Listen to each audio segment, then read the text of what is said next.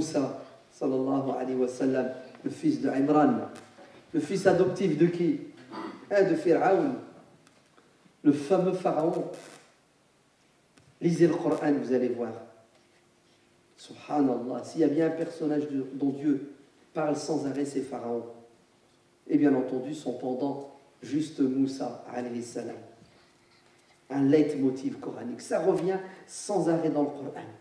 Pourquoi, à votre avis? Parce qu'il y a tout dans l'histoire. La biographie de Moussa et de Pharaon. Un tiers de Coran, il fait d'histoire.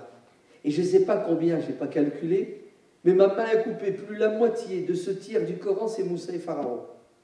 Ma main est coupée. Il faudrait faire une petite étude avec les logiciels qu'on a aujourd'hui. Oui, sans arrêt, Dieu nous dit, attention, vous avez un ennemi héréditaire. Il ne vous lâchera pas, il s'appelle Pharaon.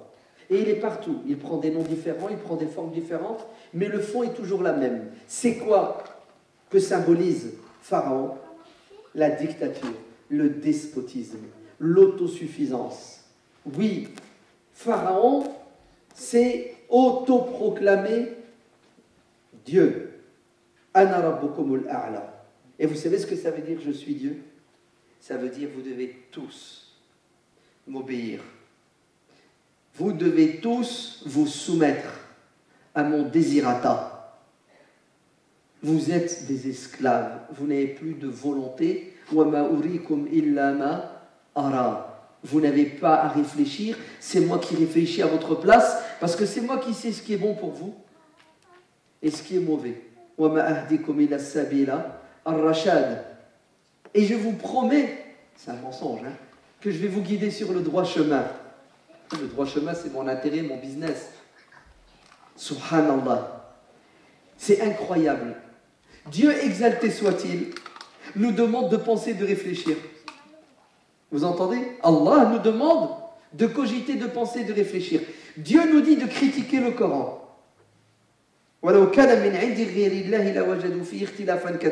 Lisez le Coran. Si vous y trouvez des contradictions, alors sachez que ce n'est pas la parole de Dieu. Pourtant, c'est la parole de Dieu. Dieu invite les êtres humains à rechercher dans le Coran des contradictions pour qu'ils aient des raisons valables de ne pas accepter le Coran. Pharaon, vous savez ce qu'il dit aux êtres humains? Stop, vous n'avez plus à penser ni à réfléchir, c'est moi qui pense et qui réfléchis à votre place.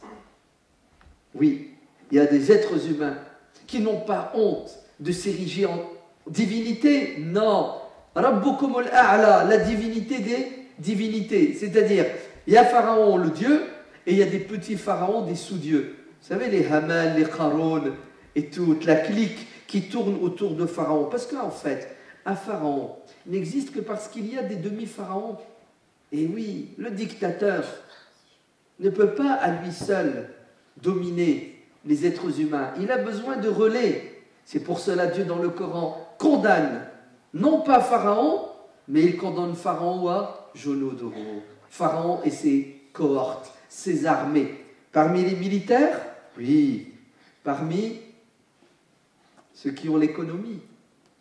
Parmi ses conseillers, Haman, wa Qaroun et tous les autres. En fait, ils sont toujours là. Les puissants qui dominent et qui sont prêts à utiliser la religion comme opium du peuple pour pouvoir atteindre leurs objectifs. Mais bien entendu que Pharaon va utiliser la religion pour dominer les enfants d'Israël, pour dominer son peuple. Mais les enfants d'Israël étaient rebelles. Pourquoi est-ce qu'ils étaient rebelles? Parce qu'ils avaient une religion qui n'était pas celle de Pharaon. Et ils n'ont pas accepté l'assimilation totale et l'intégration dans le paysage philosophique égyptien. Mais oui, nous avons, dans cette société égyptienne, une minorité qui s'appelle les enfants d'Israël, qui sont originaires du Cham, de la terre bénite, la terre sainte, Palestine. Vous vous souvenez, Youssouf, alayhi salam, hein, c'est lui qui a fait venir sa tribu, les enfants d'Israël, les enfants de Yaakov. Et les enfants de Yaakov vont quoi? Vont élire domicile en Égypte. Et ils vont rester là pendant des siècles. Et Pharaon va tout faire. Pourquoi? Pour les vider de leur substance spirituelle, pour pouvoir les dominer à 100% comme il domine son propre peuple, les Égyptiens. Mais les enfants d'Israël vont faire de la résistance. Pourquoi? Parce qu'ils ont un héritage qui est lourd. Ouais. Jacob, ouais. Ishaq, Joseph, etc. C'est des pointures, je veux dire, dans le domaine de la spiritualité. Et ça va être un bras de fer entre Pharaon, sa philosophie, son idéologie, qui a une dimension religieuse, philosophique, mais aussi économique, militaire et politique, et cette minorité qui fait de la résistance à une assimilation totale, à une domination de la part de la majorité sur la minorité. Oui, Dieu ne cesse dans le Coran de nous parler de Pharaon, de le décrire, et il nous dit voilà comment il a pensé, voilà son système, et en même temps il nous dit voilà comment lui résister, voilà comment ne pas se laisser entraîner. Et malgré tout cela, les musulmans arrivent encore à s'égarer et à accepter le diktat de Pharaon. Le prophète sallallahu alayhi wa sallam dit dans un hadith authentique que vous connaissez tous, vous allez suivre pas à pas. Vous allez suivre pas à pas. Et vous allez copier, vous allez faire comme ceux qui vous ont précédés. Et vous allez vous égarer comme ils se sont égarés. Qui sont-ils donc ces gens, ô messagers de Dieu, que nous allons prendre comme exemple alors qu'il ne faudrait pas les suivre? Les enfants d'Israël? Oui, les enfants d'Israël. Parce que si Dieu nous parle des enfants d'Israël dans le Coran, c'est parce qu'ils avaient des qualités, mais ils avaient aussi des défauts. Et ils avaient beaucoup de défauts. Et Dieu nous avertit, et un musulman averti en vaut deux. Et quand Dieu nous dit vous allez les suivre pas à pas, il ne parle pas de la tenue vestimentaire. Il ne parle pas de la coiffe. Il parle de leur mentalité. Comment est-ce que les enfants d'Israël ont géré la pression pharaonique et comment est-ce qu'ils ont réagi à la guidance mosaïque? Allez, ils vivaient dans une société, ils étaient minoritaires, ils subivaient des injustices. Dieu leur envoie un prophète, un messager, pour les tirer vers le haut. Et d'ailleurs, c'est ce qu'ils demandaient, c'est ce qu'ils souhaitaient. Comment est-ce qu'ils ont réagi? Comment est-ce qu'ils se sont comportés? C'est ce qu'on va essayer de voir. Mais pourquoi est-ce que vous voulez qu'on parle de Moussa, des enfants d'Israël et de Pharaon? Parce qu'en fait, Dieu nous parle à nous, à travers eux, en nous disant, l'histoire ne fait que se répéter. Vous avez compris? L'histoire ne fait... Pharaon, il est toujours là. Il prend juste des formes différentes. L'idéologie est la même. Et des minorités qui subissent la majorité, il y en aura toujours. Mais comment vous allez vous comporter face à ce messager qui vous tend la perche pour vous sortir de l'eau? Le prophète sallallahu alayhi wa sallam dit, vous allez malheureusement suivre pas à pas ceux qui vous ont précédé. Vous allez faire les mêmes erreurs et les mêmes gaffes que les enfants d'Israël. Et pourtant, je vous ai averti, pas une fois, 70 fois dans le Coran. On croit que quand Dieu nous parle des enfants d'Israël, c'est pour passer du beau temps. C'est une histoire. Wallahi, chaque caractère qui définit la personnalité des enfants d'Israël est présent dans la communauté musulmane à des doses, à des niveaux différents. C'est comme ça. À nous de nous soigner en utilisant le Coran.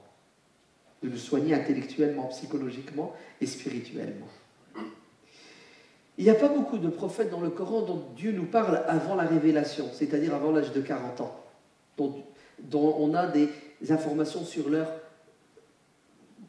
période de leur vie avant la révélation. On a qui? On a Youssouf, alayhi salam, c'est ça? Nous avons Ibrahim quand il était jeune, nous avons Isa, et nous avons Moussa.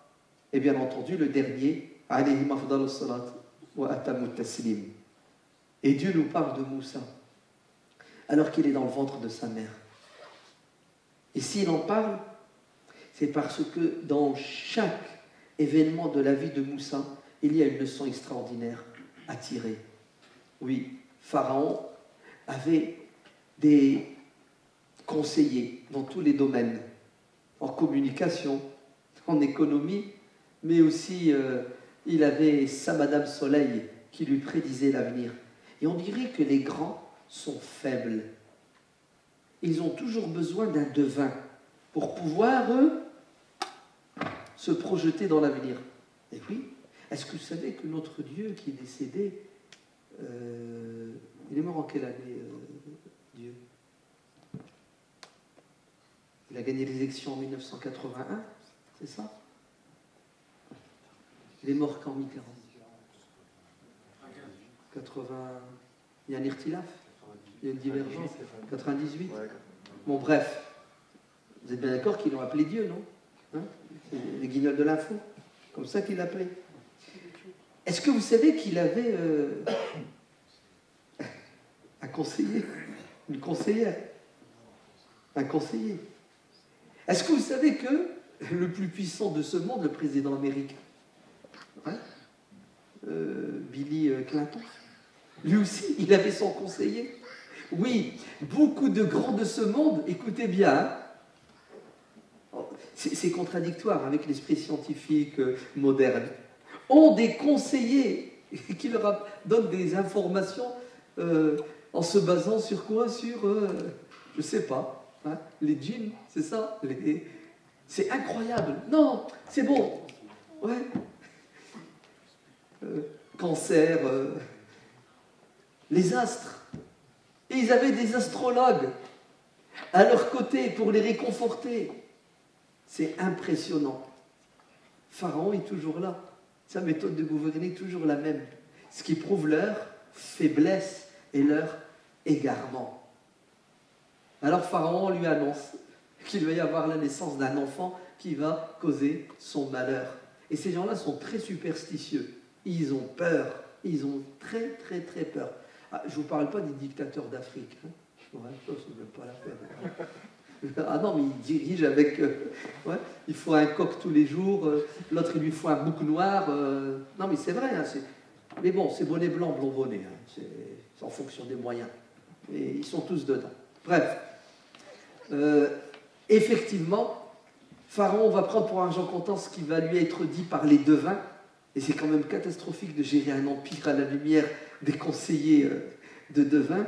Et qu'est-ce qu'il décide? Il décide de faire ce qu'on appelle un infanticide, tuer les enfants, tuer des innocents. Le dictateur n'a pas de limite.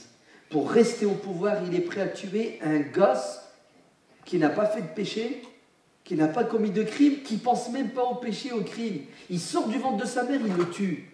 Il faut le faire quand même. Il faut être sans... Non, il faut avoir beaucoup d'amour pour le pouvoir. Vous avez compris? Et le pouvoir aveugle.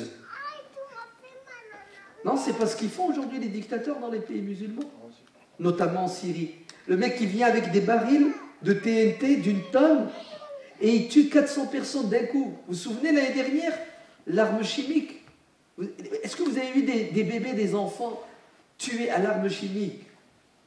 Oui, l'amour du pouvoir pousse l'être humain à commettre la pire des choses, tuer un innocent. Qui est plus innocent si ce n'est qu'un gosse? Ben écoutez, la moitié de la population, je suis prêt à l'éliminer.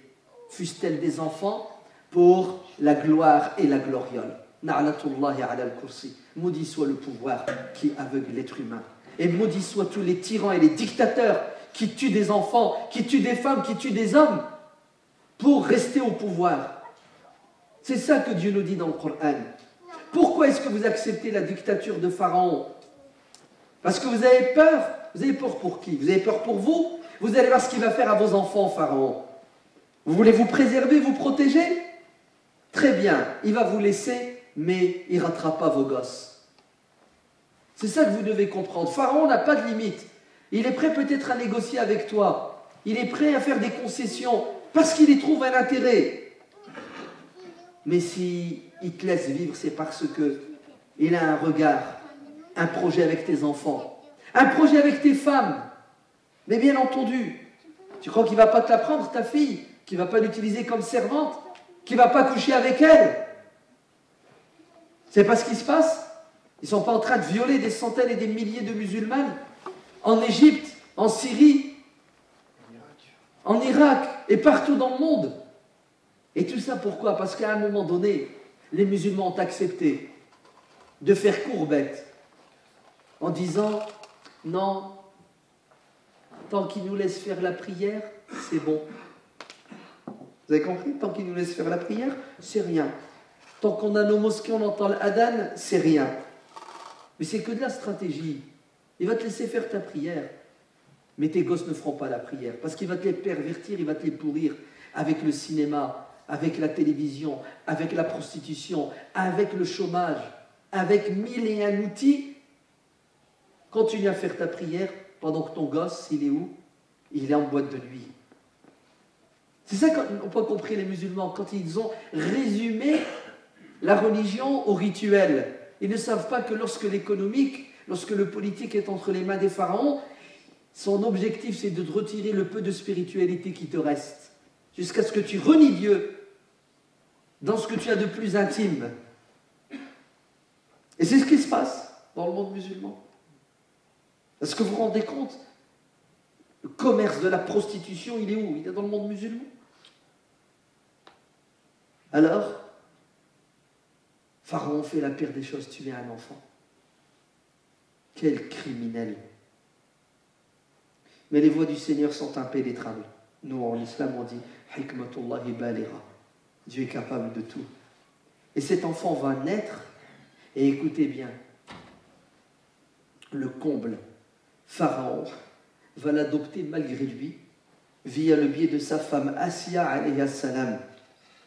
Et oui, c'était une croyante. Elle deviendra croyante, elle suivra Moussa alayhi salam par la suite. Mais ça prouve déjà qu'elle a un cœur. C'est pour ça, ne mettez jamais tout le monde dans le même sac. C'est parce que Pharaon était un pourri que tous ceux qui étaient autour de lui étaient pourris. La preuve, sa femme qui était à ses côtés ne lui ressemblait pas. Avant qu'elle se convertisse à l'islam et a fortiori après qu'elle devienne musulmane.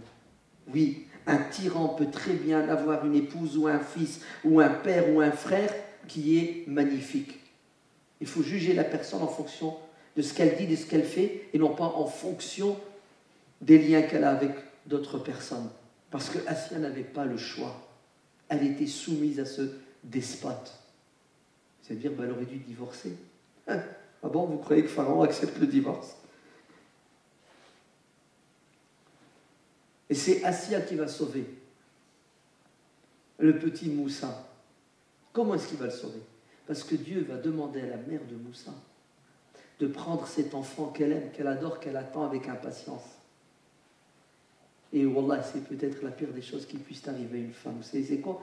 C'est le jour, le moment où elle accouche, au lieu d'être heureuse, contente d'avoir un enfant, elle pleure à l'idée que son gosse va être à l'instant exécuté. C'est presque si elle ne lui dit pas, s'il te plaît, ne sors pas. Cache-toi, reste caché à l'intérieur. Ne sors pas, oh mon petit enfant bien-aimé, parce qu'il y a un loup qui t'attend à la sortie. Mais tu ne veux pas retenir un gosse plus de 9 ans dans le sable, n'est-ce pas? Et Dieu va la réconforter en lui disant, t'inquiète. Ouais. On va piéger Pharaon. Pharaon a fait un stratège, voilà que le stratège de Dieu est le stratagème de Dieu est beaucoup plus puissant. Tu vas le prendre, tu vas le déposer, où ça? Là où il ne faut surtout pas, le Nil avec des crocodiles. Vas-y, jette-le dans la gueule du loup. Moi, Dieu, je le préserve et je le protège. Et ça, c'est la preuve que lorsque Dieu veut protéger quelqu'un, le monde entier peut se coaliser contre lui, n'y arrivera pas à lui faire du mal. Et l'inverse aussi. Conclusion, dors tranquille. Pourquoi tu flippes? Pourquoi tu as peur de l'avenir? Si c'est écrit que tu dois mourir noyé, tu mourras noyé. S'il est écrit que tu dois mourir dans ton lit, tu mourras dans ton lit. C'est incroyable comment les musulmans ont peur de penser la vérité, même pas de la dire. Ça, c'est le pouvoir de Pharaon qui nous a traumatisés. Moi, je me souviens, quand on était gosse, nos parents nous disaient « Chut, pas de politique ». Silence, parlez pas de ça. Quand on partait au bled en voiture, tu étais en France, tu pouvais rigoler de tout. Tu arrives en Espagne, il commence à faire chaud, calmez-vous.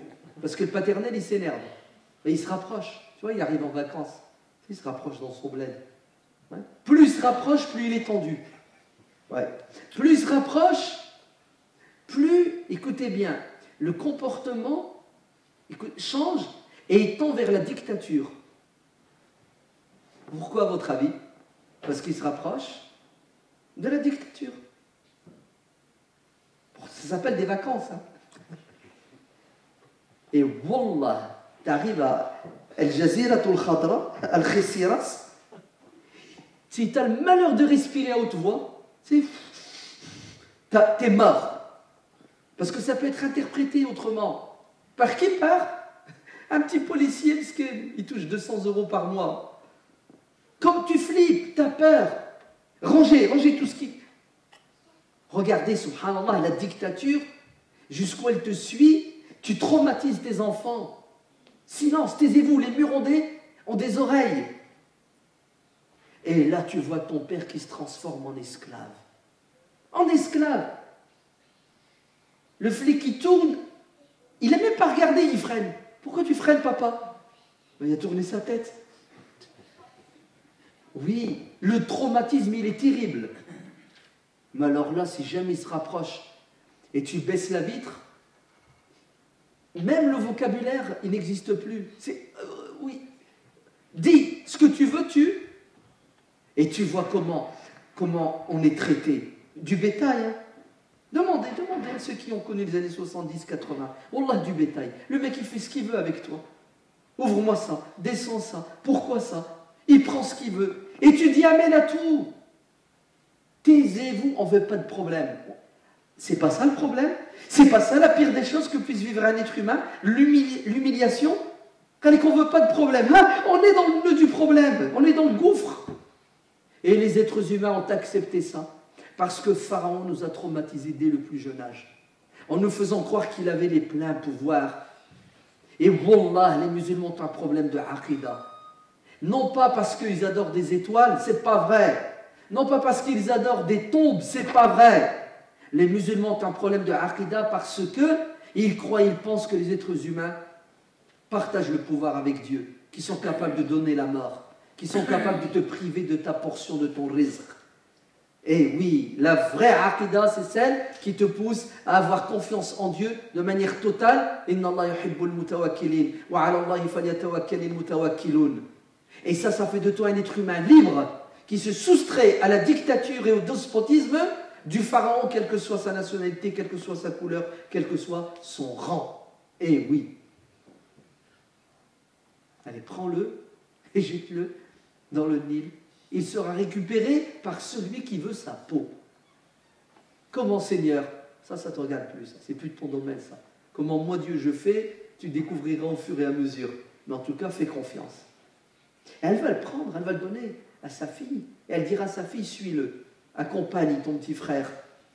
Et effectivement, il a été emporté par la volonté, le destin divin, jusqu'à ce qu'il soit récupéré. Et là, c'est un problème. Parce qu'il faut le nourrir, le gosse. Et Dieu va faire qu'aucune femme n'acceptera de l'allaiter, ou plutôt il n'acceptera d'allaiter aucune femme, jusqu'à ce qu'on ramène sa mère. Et c'est sa mère. Tiens, comment elle s'appelle? En fait, peu importe comment elle s'appelle, c'est pas ça qui compte. Ok? Ce qui compte, c'est dans quel état elle était psychologiquement, cette femme. Dieu l'a réconfortée en lui disant « Fala tahzani, ne t'attriste pas. Inna radduhu ilayki, on va te le rendre. Et il deviendra prophète. » C'est ça qui compte. Et là, elle a été apaisée. Elle a été réconfortée. Vous entendez? Et on a besoin de beaucoup de foi et d'apaisement pour bien éduquer ses enfants. Si vous n'avez pas confiance en vous, dans votre capacité d'éduquer, de protéger vos enfants, vous allez être déstabilisé psychologiquement par la réaction, le comportement de vos enfants qui vont vous pousser en permanence à la colère. La colère va développer chez vous peut-être avec le temps de la haine. Et vous n'allez plus éduquer vos enfants avec amour. Il faut vraiment que vous soyez bien dans votre peau pour que l'éducation fonctionne comme il se doit. C'est très important. Celui qui est stressé, qui est énervé en permanence, qui ne sait pas qui il est, ni ce qu'il veut, ni où il va, il ne peut pas avoir un impact positif sur les autres. C'est pour ça qu'Allah a réconforté la mère de Moussa en lui disant « Ne t'inquiète pas, je gère, toi tu fais ton devoir. » Pourquoi est-ce que on est déstabilisé à cause de la pression et Wallah, elle nous empêche d'être efficaces dans l'éducation. Et la mère de Moussa veut venir nourrir son fils dans le palais de Pharaon, moyennant un salaire, pas mal quand même, hein. C'est ton gosse, et t'es payé pour le nourrir. Et il va grandir avec sa mère et avec sa nounou, Assia, et avec son ennemi. Mais Pharaon n'est pas conscient. Vous avez vu, quand Dieu veut aveugler quelqu'un, il ne voit que du feu. Il l'attire tout doucement dans un piège. C'est bien la preuve que Pharaon ne connaît pas l'avenir. Et personne ne connaît l'avenir. C'est bien la preuve que ces devins ne connaissent pas l'avenir, que ces magiciens ne connaissent pas l'avenir. Sinon, il l'aura averti en disant c'est lui, c'est lui. En plus, ce n'était pas très compliqué de voir que c'était lui, puisque il avait les traits, les caractéristiques des enfants d'Israël. C'est fort quand même. Hein? Subhanallah. Il est là à l'intérieur. Hein, il lui donne de l'argent de poche, il le nourrit. Et c'est lui qui va être à l'origine de quoi? De sa perte. Le cheval de Troie. Le jeune Moussa grandit. Il devient un homme. Il n'a pas perdu contact avec son peuple, puisqu'il a sa nourrice, sa maman qui le nourrit. Et alhamdulillah, écoutez bien, Pharaon n'aura pas d'impact sur lui dans son éducation religieuse, parce que justement, il est toujours attaché à son peuple. C'est pour ça, ne flippez pas. Vos enfants seront à l'image de l'éducation que vous leur apportez à la maison. Tout est dans la maison. Même s'il va à l'école, privé ou public, si à la maison il a ce qu'il faut, l'extérieur n'aura pas d'impact négatif sur lui. C'est parce que nos enfants n'ont pas ce qu'il faut à l'intérieur que l'extérieur les détourne. Oui, un gosse, quand il n'est pas bien chez lui, il cherche le bonheur dehors. Si Moussa n'avait pas été comblé par sa mère, s'il n'avait pas été comblé par les siens, peut-être que Pharaon l'aurait détourné effectivement. Donc faites tout pour que votre maison, votre demeure, votre petite famille soit un havre de paix, d'amour, de dialogue, d'échange, pour que vos enfants soient comblés, satisfaits, et qu'ils ne recherchent pas à l'extérieur ce qui va les détourner. L'exemple, regardez Pharaon. Il avait tous les pouvoirs et il n'a pas réussi à faire de Moussa son fils à 100%. Parce que Moussa était branché ailleurs. Oui, il y avait autour de Pharaon des conseillers. Et il y avait un homme étrange. Ne me demandez pas son nom parce qu'on ne le connaît pas. Et c'est pas ça qui est important, de savoir comment il s'appelle. Allons à l'essentiel. Il y a une sourate dans le Coran qui s'appelle sourate Ghafir, le pardonneur. Elle a un deuxième titre qui s'appelle sourate Mu'min Fir'aun, le croyant de Pharaon. C'est-à-dire, il est là, il est musulman, il est croyant, et il fait partie des proches de Pharaon, de ses conseillers. Yaktumu imanahu. Il taisait, il cachait son appartenance à la religion de Moussa. Vous vous rendez compte? Conseiller, ministre, on ne sait pas exactement quel est le poste qu'il occupait, mais en tout cas on était sûr d'une chose. C'est que ce qui était apparent de lui n'était pas du tout ce qu'il était réellement. Et il n'a pas démissionné de son poste, bien au contraire. Il est resté là parce que c'était quelqu'un d'intelligent, qui a compris qu'il vaut mieux qu'il occupe cette place. Au moins lui, il ne conseillera pas Pharaon dans le mauvais sens. Car s'il quitte cette place, elle sera occupée par Peut-être un conseiller qui est mauvais. Deuxièmement, c'était quelqu'un d'intelligent car en restant sur place, en occupant cette place, ben, il est au courant de tout ce qui se dit dans le cabinet proche de Pharaon. Et là, il peut transmettre l'information. À qui de droit? À Moussa. D'ailleurs, c'est lui qui va prévenir Moïse en lui disant « Sauve-toi, car Pharaon et les siens viennent de signer ton arrêt de mort. » Oui, on peut l'appeler la top. Et il va courir avertir Moussa. Et Moussa va l'échapper belle, puisqu'il va réussir à se sauver dans le désert pour se cacher, car Moussa a été interpellé par un des siens, c'est-à-dire un enfant d'Israël, qui s'est disputé avec un Égyptien, un Copte. Et Moussa est intervenu pour les séparer. Et sans faire exprès, il va pousser l'Égyptien qui va tomber, qui va mourir. Mon Dieu! Il se sauve, il se cache.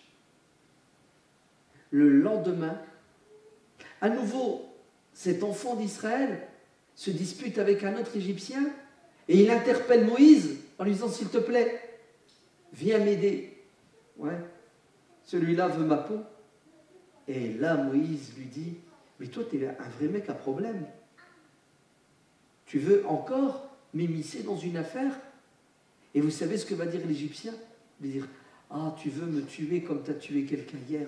Oui, la rumeur était déjà partout que Moïse a tué quelqu'un par inadvertance. Peu importe. Sachez que l'information remonte. Pharaon et les siens sortent sur l'occasion. Pourquoi? Pour en découdre avec Moïse. Moïse est condamné à mort. Et qu'est-ce qui sauve Moïse? Eh oui. Ce croyant, en apparence non pratiquant, puisqu'il ne laisse rien apparaître, intégré dans le système politique qui va diminuer le mal et répandre le bien à la mesure de ses possibilités. C'est clair ou c'est pas clair? Ça va? Vous n'avez pas besoin de dessin.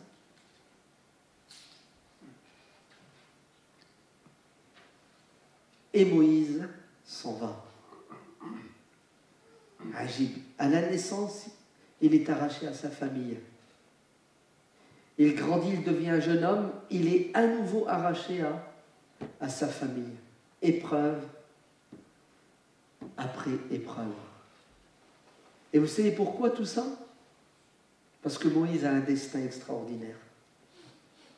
Oui, il faut qu'il soit à la hauteur parce qu'il va devoir affronter quelqu'un de haut dans la perversité qui s'appelle Pharaon. Et toute la vie de Moïse est faite de quoi? Est faite d'épreuves et de leçons pour le préparer. Regardez, c'est fort. Dieu dit qu'il a façonné Moïse. C'est-à-dire, dès la naissance, qu'est-ce qu'il a fait? Il l'a pris en main pour le préparer afin qu'il accomplisse le dessein divin. Est-ce que Dieu aujourd'hui nous suit dans notre éducation pour faire de nous des petits Moïse? Bien entendu. Il suffit de suivre le Coran. Il suffit de suivre le récit des prophètes. Et c'est comme ça que Dieu nous éduque. Il a dit, voilà ce que j'ai fait avec Moïse. Faites-le. Suivez les pas de Moïse. C'est votre modèle et votre exemple. Oui, il quitte sa famille, il quitte le confort dans lequel il était, et il se retrouve fugitif dans le désert, sans manger, sans boire. C'est dur quand même, seul. La peur, la soif, la faim, mais surtout la peur de l'inconnu. Tu n'as pas de boussole, tu n'as pas de GPS. Qu'est-ce qui va t'arriver demain? Fatigué, épuisé, il s'arrête sous un arbre. Et là, tu n'as pas beaucoup de choix, n'est-ce pas? Il n'y en a plus qu'un qui peut t'entendre et exaucer tes vœux. Ya Allah, inni lima anzalta ilayya, inni lima anzalta ilayya min khayrin, faqir. Allez, ô Seigneur, aie pitié de moi. Tu m'as donné beaucoup de choses, mais en ce moment je suis en manque. Et il s'endort fatigué, épuisé. Et alhamdulillah, Dieu l'accompagne. Et il va reprendre la route, et il va tomber sur une oasis.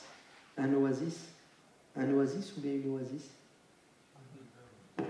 Hein? Un oasis. Ah, j'ai entendu une. Une oasis? Demandez à cher Google. Ouais. Donc il tombe sur quoi? Sur une oasis. Et qu'est-ce qu'il découvre? Il découvre que de l'injustice, il n'y en a pas uniquement dans la capitale de l'Égypte, mais il y en a partout sur terre, chez les riches et chez les pauvres, chez les petites gens et chez les grands de ce monde.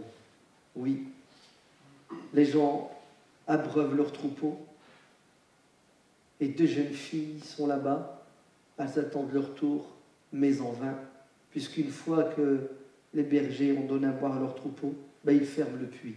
Ça s'appelle la hogra, ça s'appelle l'injustice. Et Moïse est quelqu'un de sensible, qui n'accepte pas le zulm, l'injustice. C'est un des traits de la personnalité de Moussa. Oui, Moussa était quelqu'un qui s'emportait, c'était quelqu'un qui ne pouvait pas rester insensible. À quoi? À toute forme d'injustice. Vous n'avez pas vu comment il a volé au secours de celui qui l'a appelé? Une fois, une seconde fois, voyant ces jeunes filles subir cette injustice, il va vers elles. Et il entame un dialogue avec elles. Qu'est-ce qui se passe? Écoute, ces gens-là ne nous laissent pas. Et Moussa alayhi salam va les aider.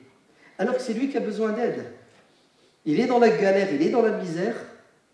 Et subhanallah, il a le souci pour les autres.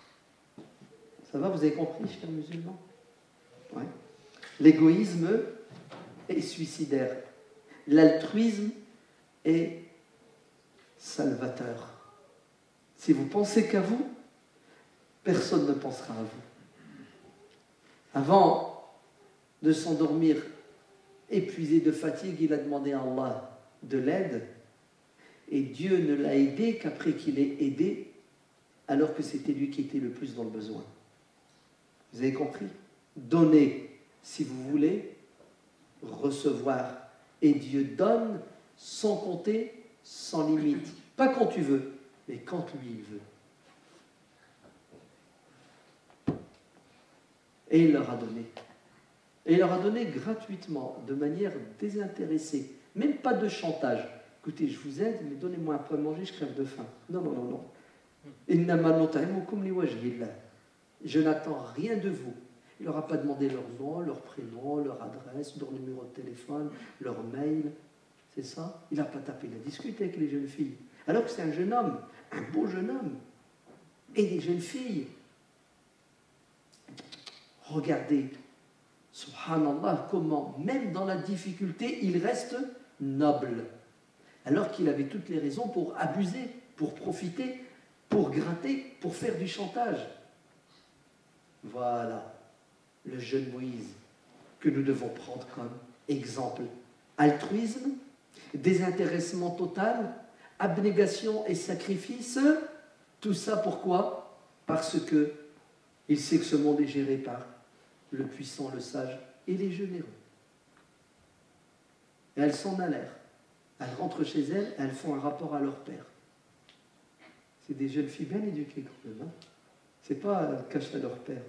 Elles sortent de la maison avec un foulard, leur père leur fait confiance. Au coin de la rue, elles le balancent, elles sortent l'appareillage, même dans les toilettes, carrément. Ah oui, les jeunes filles, elles partent, elles ont dans leur sac, non pas des livres, des trucs, elles arrivent dans les toilettes, elles se transforment. Vous savez. Non? Attention, hein. C'est parce qu'elles n'ont pas été éduquées comme il se doit, elles ont été forcées. Et dès que tu as le dos tourné, et c'est tout à fait logique et normal, hein, quelqu'un qui n'est pas convaincu, elle se rattrape. C'est pour cela, Ce n'est pas avec la violence psychologique et physique qu'on éduque ses enfants. Mais c'est avec de l'amour. C'est avec de l'intelligence, c'est avec du dialogue.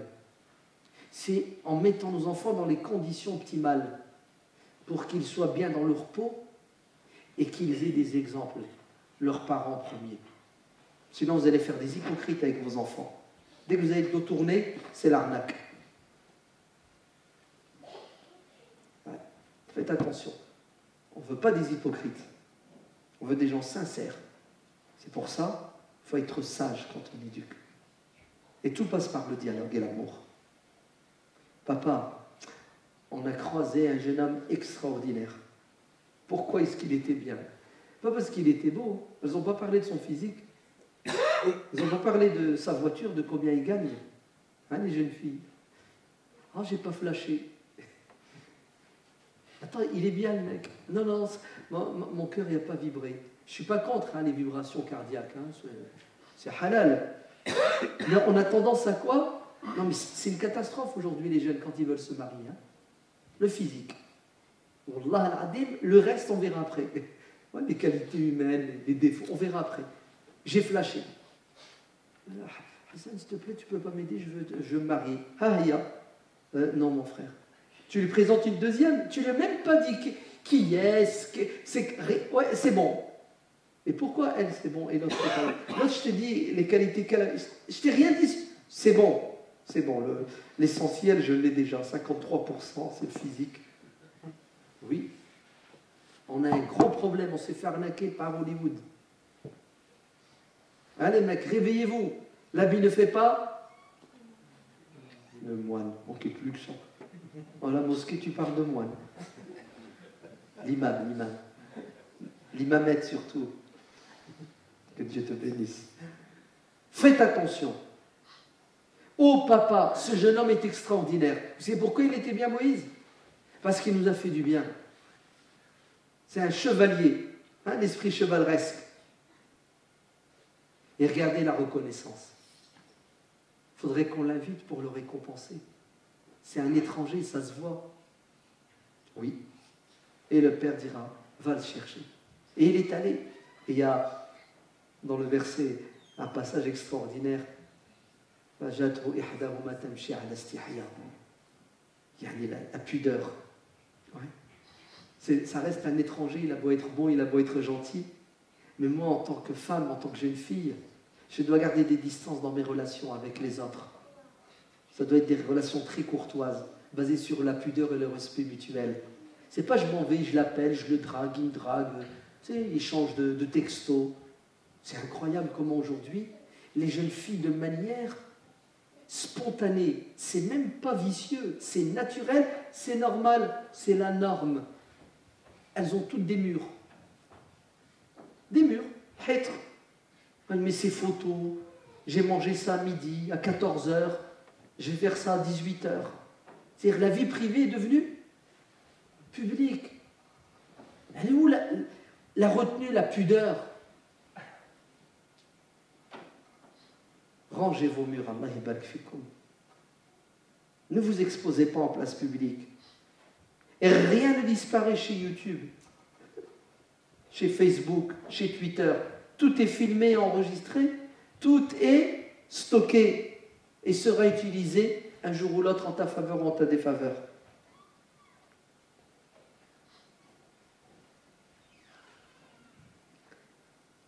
Et Chouaïb, c'est comme ça que certains l'appellent, peu importe qui est-ce, cet homme va adopter Moussa alayhi salam.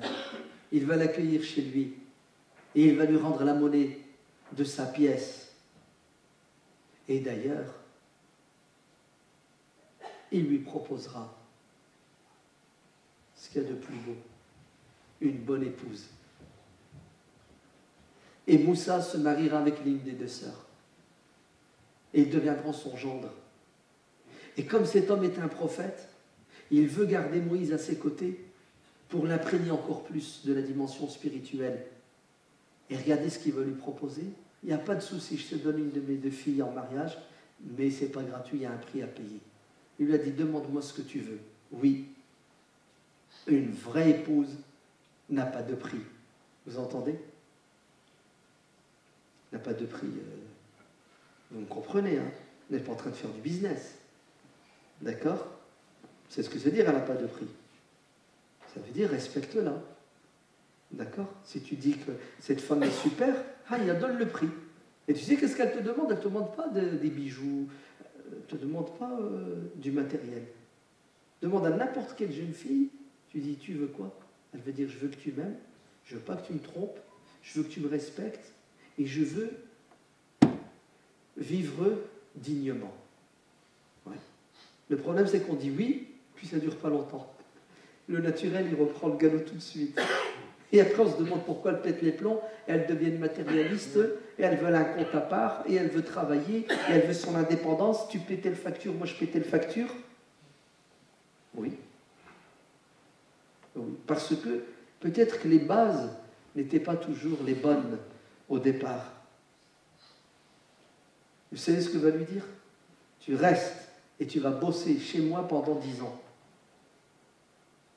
Et effectivement, Moïse, alayhi salam, va travailler chez son beau-père. Il aura une femme, il aura des enfants, il aura son troupeau de moutons. Et après 10 années de bons et loyaux services, non, après 10 années d'éducation, d'imprégnation de cet homme, de ce prophète, Moïse, alayhi salam, va prendre son envol et son indépendance. Et ce qui est tout à fait logique et normal. Et il vogue avec son troupeau, c'est un nomade. Jusqu'à ce qu'il ait la rencontre que vous connaissez avec son Seigneur, qu'il l'interpelle en lui disant « Oh Moïse, c'est moi Dieu. Inni ana rabbuka fakhna alayk. » Tu es dans cette vallée, toi, sainte, retire tes sandales. Vous savez pourquoi on enlève ses chaussures quand on rentre dans la mosquée? Non, vous ne savez pas? C'est pas parce que c'est un lieu saint, c'est parce qu'il y a de la moquette, il ne faut pas salir. Oui. Tu mets des surchaussures, ça passe. Parce qu'il y en a qui disent « Vous nous imposez votre religion puisqu'on doit retirer les chaussures quand on entre dans la mosquée. » Non, non, non, non, c'est pas religieux retirer les chaussures. Puisqu'à l'époque du prophète, ils entraient avec leurs chaussures et ils priaient dans leurs chaussures. C'est une question d'hygiène. D'accord? Et Dieu interpelle Moussa. Et c'est ce qu'il lui dit. C'est moi ton Seigneur. Il n'y a de Dieu si ce n'est que moi. Et regardez comment commence le message de Moussa, alayhi salam. La révélation. Ô Moïse, c'est moi, Dieu, il n'y a de Dieu que moi. C'est ce que ça veut dire? L'autre, là, le petit rigolo, là, Pharaon, c'est pas un Dieu. Il se proclame Dieu, mais c'est pas lui Dieu. C'est moi Dieu. Donc attention, attention, ne faiblis pas en croyant qu'il a une once de pouvoir. Eh oui. Et le message du prophète Mohammed sallallahu alayhi wa sallam, il commence comment? Iqra, bismi rabbika. La première chose que Dieu a révélée à Moussa, c'est la ilaha illallah. Parce que le problème à l'époque de Moussa, c'était quoi? C'était des faux dieux. Et la première des choses que révèle le prophète Mohammed alayhi wa sallam, c'est Iqra. Parce que le problème de la communauté du prophète Mohammed sallallahu alayhi wa sallam, ça sera quoi? La science. C'est pour ça qu'ils me font rire. L'aqida, et pour eux, l'aqida, c'est quoi? C'est le shirk. Et toute l'année, sur 53 khutbahs, 52 et demi, c'est il ne faut pas adorer les statues, il ne faut pas adorer les saints, il ne faut pas les tombes. Allez, c'est le problème des musulmans. Vous savez, en France, le problème des musulmans, c'est la visite des tombes. On ne sait pas aller au cimetière. Les gens, il n'y a même pas de cimetière, madame. Il n'y a même pas de cimetière musulman. Les saints, fallait que vous demandez aux saints. Il n'y a même pas de saints. Si, il doit en avoir, mais bon, peu importe. Carrément à côté de la plaque, le problème de notre communauté, c'est l'ilm. Vous entendez? Ce n'est pas le shirk. Parce que celui qui n'a pas de science se fera manipuler. Est-ce que vous vous rendez compte qu'on a dans des pays musulmans aujourd'hui 60% de la population analphabète?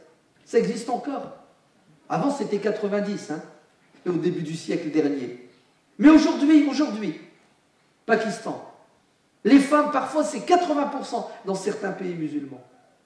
Quant aux musulmans, combien sont-ils à lire? Combien de livres ils lisent par mois, excusez-moi, par année? Là, c'est même pas la peine. Cherche pas. Il n'y a pas de statistiques. Les musulmans ne lisent pas. Ils ne lisent pas. La production scientifique dans le monde musulman, prenez n'importe quel pays musulman, combien d'articles scientifiques? 0,2%.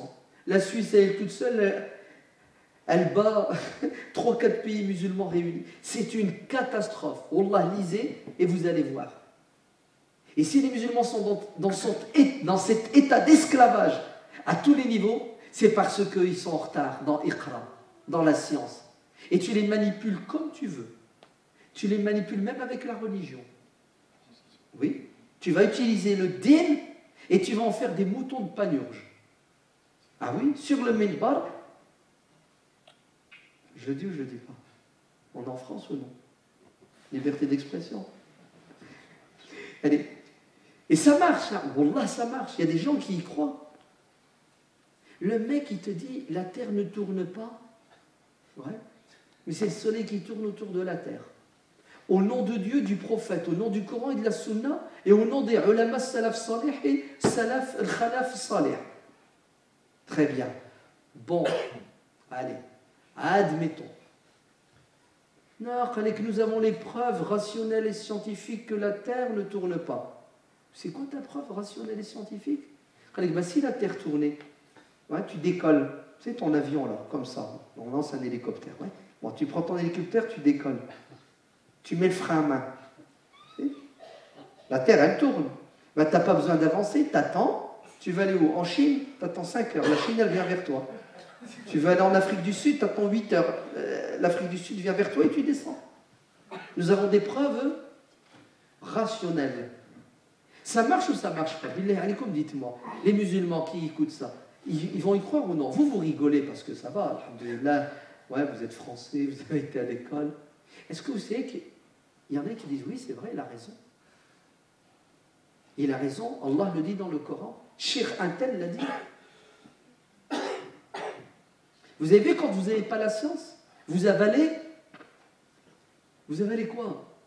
Vous avalez de l'urine. L'urine, tu vas l'avaler si tu n'as pas de science. Au nom du din.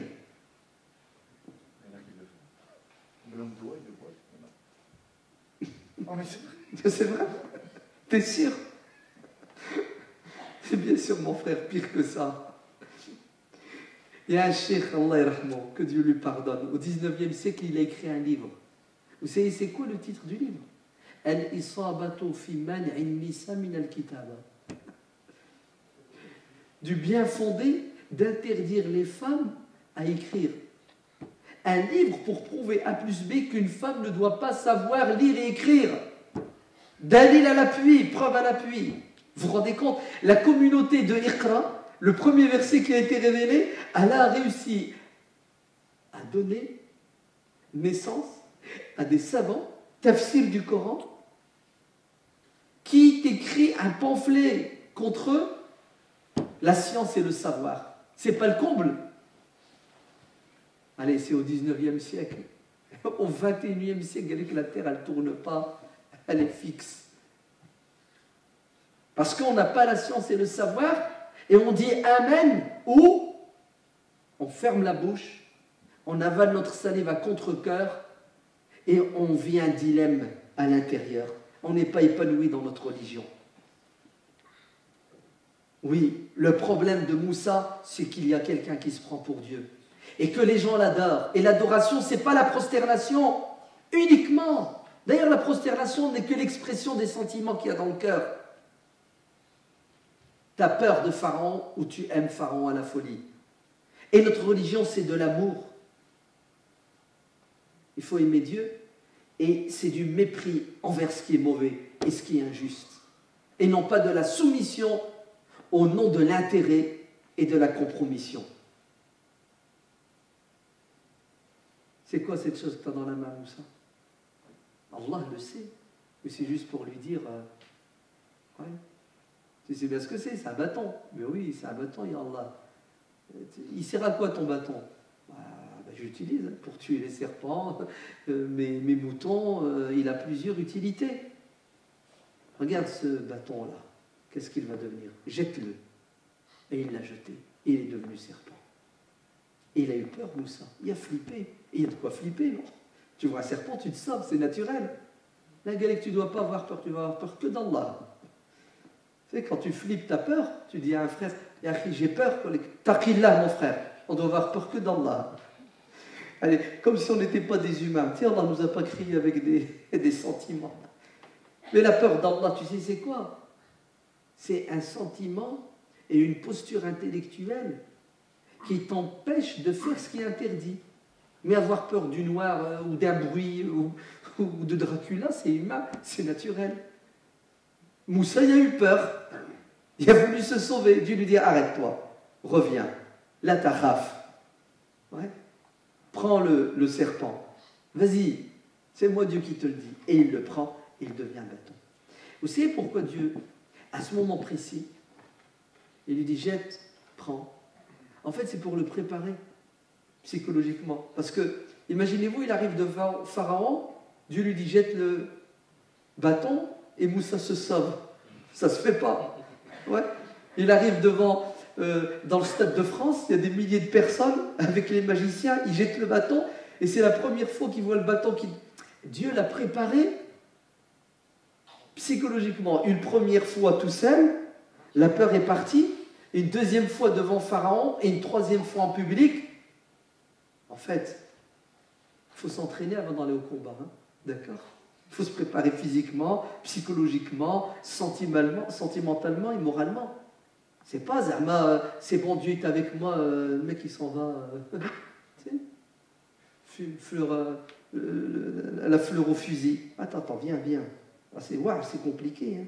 Tu vas rencontrer Pharaon. Tu sais ce que c'est que Pharaon? Il y a du culot, le mec. Hein. Tu as intérêt de maîtriser ton outil. Sinon, il va te manger cru, Pharaon. Allez, c'est bon. Tu retournes. Où ça, ya Allah? Là d'où tu t'es sauvé. Non, pas ça. Non. Je me suis sauvé parce qu'ils veulent ma peau. Et tu me dis d'aller me jeter dans la gueule du loup. Oui. Ça fait 10 ans que je me planque. Oui, demi-tour. C'est fort quand même. Hein. C'est la preuve qu'il est prophète. Si c'était un être humain comme vous et moi, il ne serait jamais retourné chez qui? Attends. Tu sais, les grands voleurs, les grands délinquants, quand ils font un casse-tarsa, ils se sauvent. Ils changent de pays. Ils ne reviennent pas. Ils brûlent leurs cartes. Du moins, ils attendent la quoi? La prescription. Tu sais. Une fois que, bon, c'est bon, 40 ans plus tard, tu peux revenir. Mais le mec, il vient, il se livre. Oh. Et c'est ce que va lui reprocher Pharaon. Quand Moussa alayhi salam va arriver devant Pharaon, la première des choses que Pharaon va lui dire, ah bon, tu tues, tu te sauves et tu reviens. T'es culotté, Moussa. C'est ce qu'il va lui dire. Oui, effectivement. J'ai fait ce que j'ai fait. Je n'étais pas prophète à l'époque. Je me suis planté. J'étais à côté de la plaque. Je reconnais. Très bien. Et toi? C'est facile de regarder la paille que j'ai dans mon œil. Allez, on va parler des pouces que tu as dans les yeux. T'as tué combien de personnes? Espèce de rigolo. Ah non, je l'ai juste poussé, il est tombé, il est mort, j'ai pas fait exprès. T'en as fait un crime contre l'humanité. Toi, tous les jours, tu tues des dizaines, des centaines de personnes. Et t'es un saint. Oui, ça s'appelle la loi du plus fort. L'agneau et le loup. C'est incroyable la logique du tyran et du despote. Et Wallah, Pharaon existe encore aujourd'hui.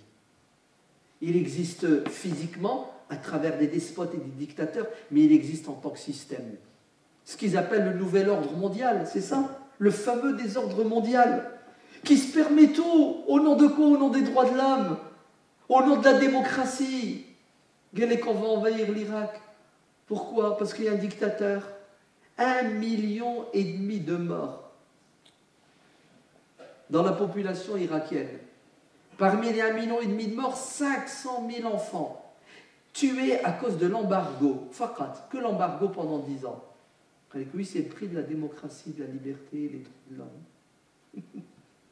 Très bien. Et l'Égypte, c'est le prix de quoi? Le coup d'État là, que vous soutenez. L'Égypte, c'est de la démocratie, non? Vous avez compris comment ça marche? Pharaon, il est toujours là. Il parle en anglais, il parle en chinois, en russe, en arabe. En français.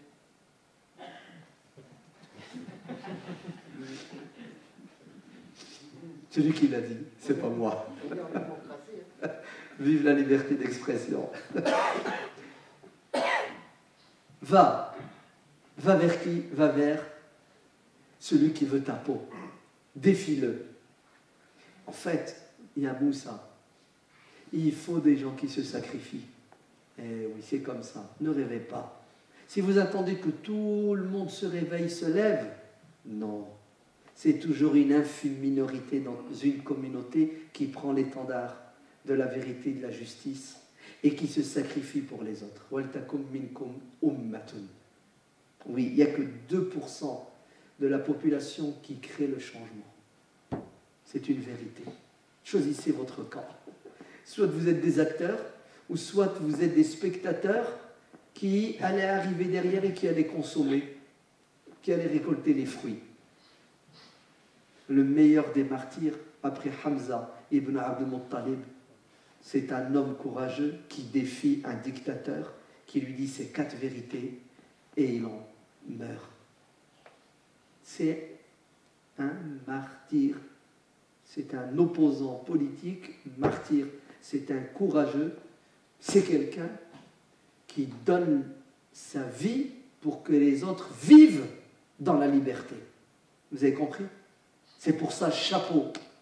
On doit s'incliner devant ces milliers d'hommes et de femmes qui meurent tous les jours dans le monde musulman pour la démocratie, pour la liberté, pour l'islam. Car qu'est-ce que l'islam si ce n'est que la justice, la liberté et les droits fondamentaux de l'homme? Mais Moussa reste un être humain. Ya Allah, Pharaon il est trop dur. J'ai besoin de quelqu'un pour m'épauler. T'as beau être qui tu veux.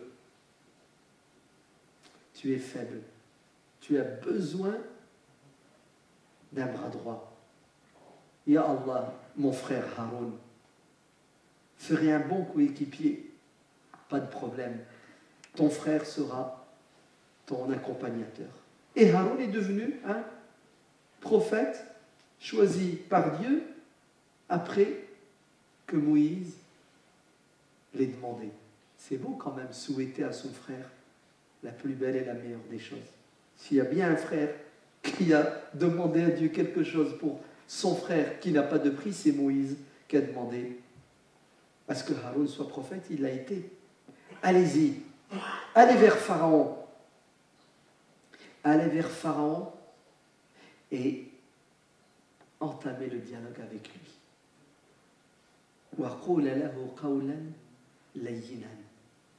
Et oui, apprenez à discuter et à dialoguer avec l'autre, fût-il votre ennemi le plus acharné.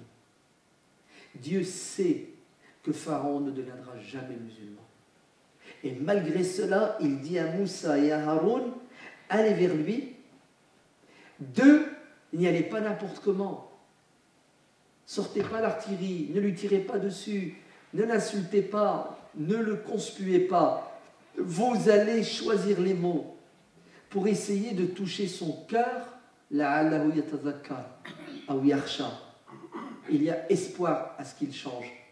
En fait, Dieu ici nous montre comment nous devons nous comporter avec l'autre, fût-il le plus monstrueux des monstres. Essayez de créer des ponts avec lui à travers le dialogue. Et lorsqu'on aura tout essayé, et qu'effectivement, à la fin, il réagira à notre stratégie de dialogue par la violence, il est tout à fait normal qu'on réponde au mal par le mal et qu'on ne se laisse pas faire, parce que nous sommes des êtres humains libres. C'est pour ça les gens qui te disent « Ouais, ça ne sert à rien de parler avec eux, ils ne nous aiment pas, ils nous détestent. Hein, » le plus grand des détesteurs, c'est ça? Qui n'aimait pas Dieu, son prophète, et les gens, c'est Pharaon, et Dieu lui a envoyé. C'est pourquoi? Parce que nous, on ne connaît pas l'avenir, on ne sait pas si cette personne, oui ou non, va répondre positivement à l'appel. On part du principe que tout le monde est sujet à la grâce divine. À nous d'utiliser les bons outils pour réveiller chez eux, en eux, l'amour de la vérité. Et ils y sont allés. Mais Dieu leur a donné la nourriture spirituelle. Wala taniya an dhikri. Attention, quand vous vous engagez dans l'association, dans le politique, quelle que soit l'activité que tu auras, tu devras toujours la faire avec l'intention de plaire à Dieu et en présence de Dieu. Inni ma'akuma asma'u wa ara. Il faut que tu saches que Dieu t'accompagne et toi tu dois être accompagné par le rappel de Dieu. Sinon tu vas devenir un militant. Un militant qui n'a plus de morale, sans foi ni loi, et tous les coups seront permis. Et nous on ne veut pas que tu sois une bougie qui éclaire les autres et qui se consume. Ce que tu fais, ce que tu dois faire, tu le fais d'abord pour toi, pour sauver ta peau, et ensuite celle des autres. Mais pour que cela se réalise, attention, n'oublie pas ton Seigneur qui t'a envoyé pour sauver les gens. Et Wallah, Pharaon, malgré les défauts qu'il avait, il faut lui reconnaître une qualité. C'est qu'il a dialogué avec Moïse. C'est qu'il a échangé avec Moïse. C'est qu'il lui a dit « Man Rabbukuma » c'est qui votre Seigneur? Ajib, un dialogue philosophique entre Pharaon et Moussa et Haroun. Et il y va à coup de preuve. Moussa dit ça, Pharaon le contredit. Moussa réagit et répond, thèse, antithèse. Lisez le Coran, Surat Taha, et vous allez voir. Oui, Pharaon était beaucoup plus intelligent, beaucoup plus ouvert d'esprit, beaucoup plus pragmatique et un fin politicien que la plupart des dictateurs, despotes et tyrans du monde d'aujourd'hui. C'est impressionnant quand même. Et vous savez que la liberté d'expression, c'est la liberté la plus fondamentale, que tu puisses exprimer ton idée sans craindre pour ta vie. Va parler aujourd'hui et dire ce que tu penses en Égypte ou dans d'autres pays musulmans et tu verras ce qui va t'arriver. On t'arrache ta langue. Eh oui. 20 ans de prison. 20 ans de prison. Je viens de finir un livre. Je l'ai trouvé la semaine dernière. Un livre de Hassan al-Tahan. C'est un homme en Syrie qui a fait 21 ans de prison dans la prison de Tadmour. 21 ans. Wallah, je viens de finir son livre. T'as la chair de poule, tu pleures. 21 ans de prison. Et c'est un rescapé. Un rescapé, hein. C'est-à-dire, c'est 1 sur 1000 qui sont restés vivants. Tous les autres ont été tués ou brûlés à petit feu. Et Wallah, ce livre, il faut le lire. Bon, malheureusement, il est en arabe. Achetez un livre en français qui s'appelle La Coquille. C'est la même chose. 13 ans de prison. Il est resté. C'est un chrétien. Ils l'ont confondu parce qu'ils croyaient que c'était un musulman. 13 ans de prison, il a fait ce pauvre chrétien syrien. Il a dit, c'est pas moi. Wallah, c'est pas moi l'intégriste, c'est eux. Ils lui ont dit, tu ne veux pas nous la faire à l'envers. Pharaon n'était pas aussi véhément. Pharaon, il a discuté avec Moïse. Moïse a la possibilité de défendre son opinion, ses idées. Regardez jusqu'où va aller Pharaon. Il va accepter, quoi? Le débat public, à la télévision, devant tout le monde. On va voir qui c'est qui va l'emporter. Et c'est vrai, c'est tout ce qu'on demande à l'autre. Donnez-moi, laissez-moi jouir de cette liberté d'expression. Chacun dit ce qu'il veut, que le meilleur l'emporte. Laissez le peuple choisir. Mais non. Je vais t'empêcher de parler, je vais te faire taire. Il y a mieux aujourd'hui. C'est ce que je vais faire. Tu ne parleras pas. Et si tu parles, je te coupe la langue et je vais parler à ta place en ton nom. C'est-à-dire, c'est moi qui vais créer ton discours et qui va le développer. C'est encore pire, non? Ça s'appelle la propagande. Je t'accuse. Tu ne peux pas te défendre. C'est moi qui vais préparer ta défense. Et ton avocat a été quoi? Il a été soudoyé. Et c'est lui qui t'enfonce. Pharaon n'a pas atteint les degrés de bassesse des dictateurs et des dictatures de ce 21e siècle. Et ils se sont fixés le jour, le 14 juillet, jour de fête nationale. Oui, dans le Stade de France. Et toute la population est invitée à assister à un combat de boxe. Entre qui? Entre Moussa, son idéologie, son opinion, et Pharaon, avec son idéologie, et ses sbires, les magiciens. Parce qu'ils ont tout de suite accusé Moïse de quoi? De magie. Le bâton là qui se transforme en serpent, tu ne vas pas nous la faire à l'envers, Moïse, c'est de la magie, on connaît. Ta main là que tu mets sous ton aisselle et que tu sors et qui devient toute blanche, c'est de la magie. Mais moi j'ai, t'inquiète, des magiciens, j'en ai autant que tu veux. Et voilà, bravo Pharaon. C'est super. Tu l'accuses de magie, tu as le droit. Donne-lui les moyens de se défendre. Ramène tes magiciens, laisse-les, ils sont plus à même et experts de dire si oui ou non Moïse est un magicien. C'est beau quand même, franchement. Allah, il était beaucoup plus civilisé. C'est magnifique. Et c'est tout ce qu'on demande, le débat. Le débat, et que le meilleur l'emporte. Le jour J est arrivé. Les magiciens qui ont été convoqués. Je ne vous dis pas, ils sont venus par centaines. Pharaon, notre Seigneur, si on l'emporte, qu'est-ce que tu nous donnes en échange? Pas de fils abilillah. Ok, business is business. Et pourtant, c'est leur Dieu. Vous entendez? Qu'est-ce que tu nous donnes en échange? Vous aurez ce que vous voulez. Le fric, la proximité. Tout ce que je vous demande, c'est de dissuader les gens de suivre cet homme parce qu'il est dangereux. Il est dangereux. Pourquoi est-ce qu'il est dangereux, Moïse? Parce qu'il veut, écoutez bien, que les gens ne me reconnaissent plus comme divinité. Il est dangereux. Il veut me retirer mes pouvoirs. C'est pas qu'il est dangereux parce que ce qu'il dit c'est vrai, c'est logique, c'est bon. Non. Il est dangereux parce que je vais y laisser ma peau. C'est quoi ma peau? C'est mes avantages. Le jour J est arrivé. Qui commence le premier? Allez-y, faites-le. Les magiciens font leur subterfuge. Et là, Moïse flippe, il dit, mon Dieu, les gens vont tomber dans le piège des magiciens.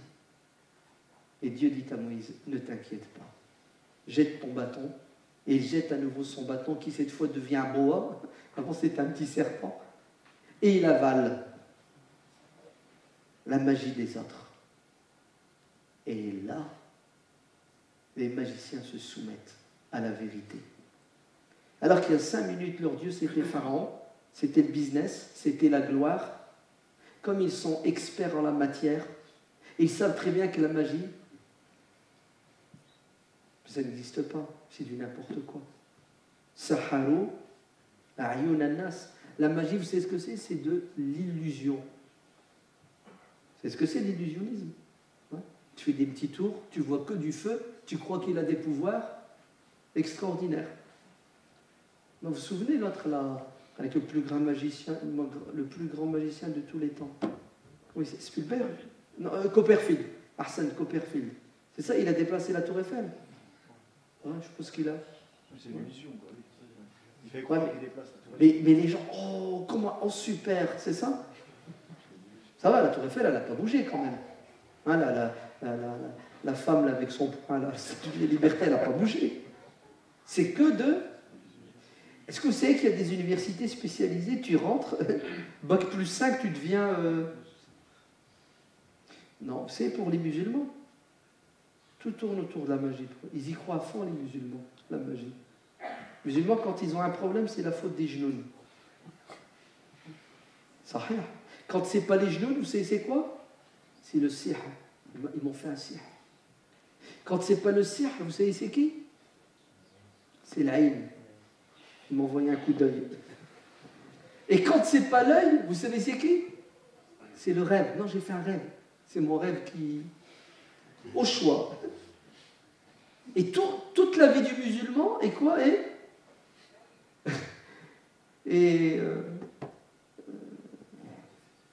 Dépend de ses croyances. Et des croyances à dormir debout. Hein. Dieu dit dans le Coran, يُخَيَّلُ إِلَيْهِ مِنْ سِحْرِهِمُ أَنَّهَا تَسْعَى. Allez, les magiciens, quand ils ont jeté leurs cordes, les cordes sont devenues des serpents? J'espère que vous dites non. Allez, est-ce que les magiciens ont la possibilité de faire d'une corde un serpent? C'est-à-dire de changer la matière? C'est impossible. Il n'y a que Dieu qui a ce pouvoir. Pourtant, les gens voyaient quoi? Voyaient des serpents qui bougeaient. Donc, la magie n'existe pas. La magie n'est pas réelle. Après que ça fait 8 ans que je suis marié, je n'ai pas d'enfant. Pourquoi tu n'as pas d'enfant? Ben, je vais aller voir l'imam. Il n'est pas parti voir le gynécologue. Hein. Je vais aller voir l'imam. Vous savez ce qui... On t'a fait un sihr. Qui t'a fait le sihr? Attends, allonge-toi, dors. Ouais. Allô, le djinn, hein, qui est dans l'utérus droit, la partie de lui. Allô, qui c'est qui lui a fait sihr? Ah, c'est sa belle-mère. Mais non, c'est sa grand-mère. Non, c'est la voisine de sa grand-mère qui voulait qu'elle se marie avec son arrière-petit-fils. Et tout passe. Et le mec, il ressort de là avec sa femme et il est convaincu que sa femme n'a pas de gosse à cause de qui?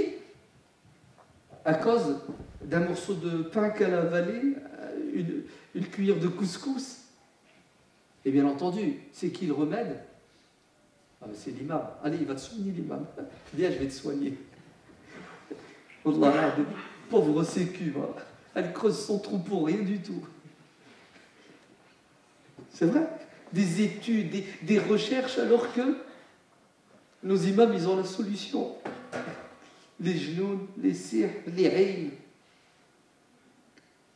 Pourtant, le Coran, il est clair. Le top, les magiciens des magiciens, c'était au temps de Pharaon.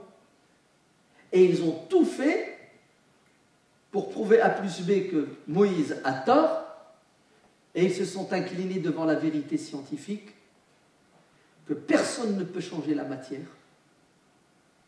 Le vivant, tu ne peux pas en faire un mort, tu ne peux pas en faire un vivant. Et que Dieu est tout-puissant. La preuve, ils se sont inclinés, ils ont dit, on croit en Dieu, le Dieu de Moïse et de Haroun. Pharaon a dit, attendez, vous déconnez les mecs, je vous ai ramené, je vous ai payé pour que vous fassiez du cinéma, que vous vous foutiez de mon peuple en lui faisant croire que c'est moi Dieu le Tout-Puissant, et là vous retournez la veste.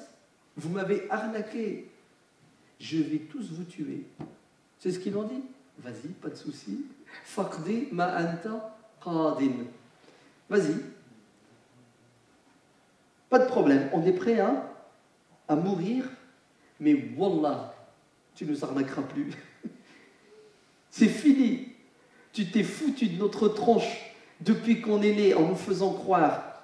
Et en vérité, quelque part, on a bien voulu y croire. Hein. Ah bah attends, il y avait de l'intérêt quand même.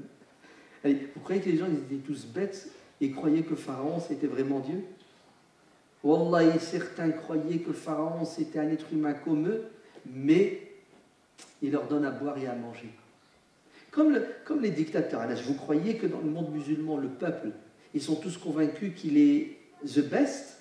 Ils savent que c'est une pourriture finie, mais ils ont peur ou ils profitent, ils mangent.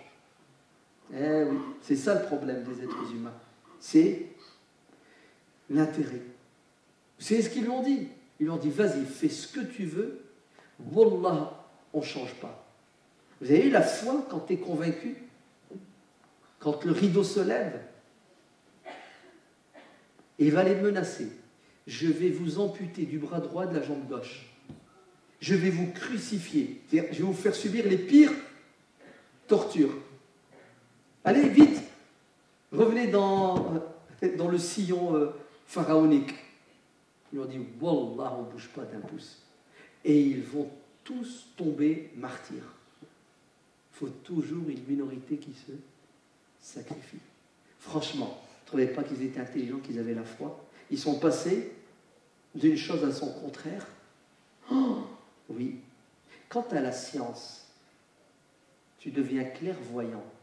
Comme c'était des spécialistes en magie, en sorcellerie, ils savaient très bien que ce que Moïse a fait, ce n'était pas de la magie. Vous avez vu? Comme ce sont des experts scientifiques, et ils ont eu la foi solide. C'est parce qu'on n'a pas la science et la connaissance qu'il faut qu'on est facilement déstabilisé par des êtres humains, des idées ou par de la matière. C'est pour ça que notre Coran commence par Iqra.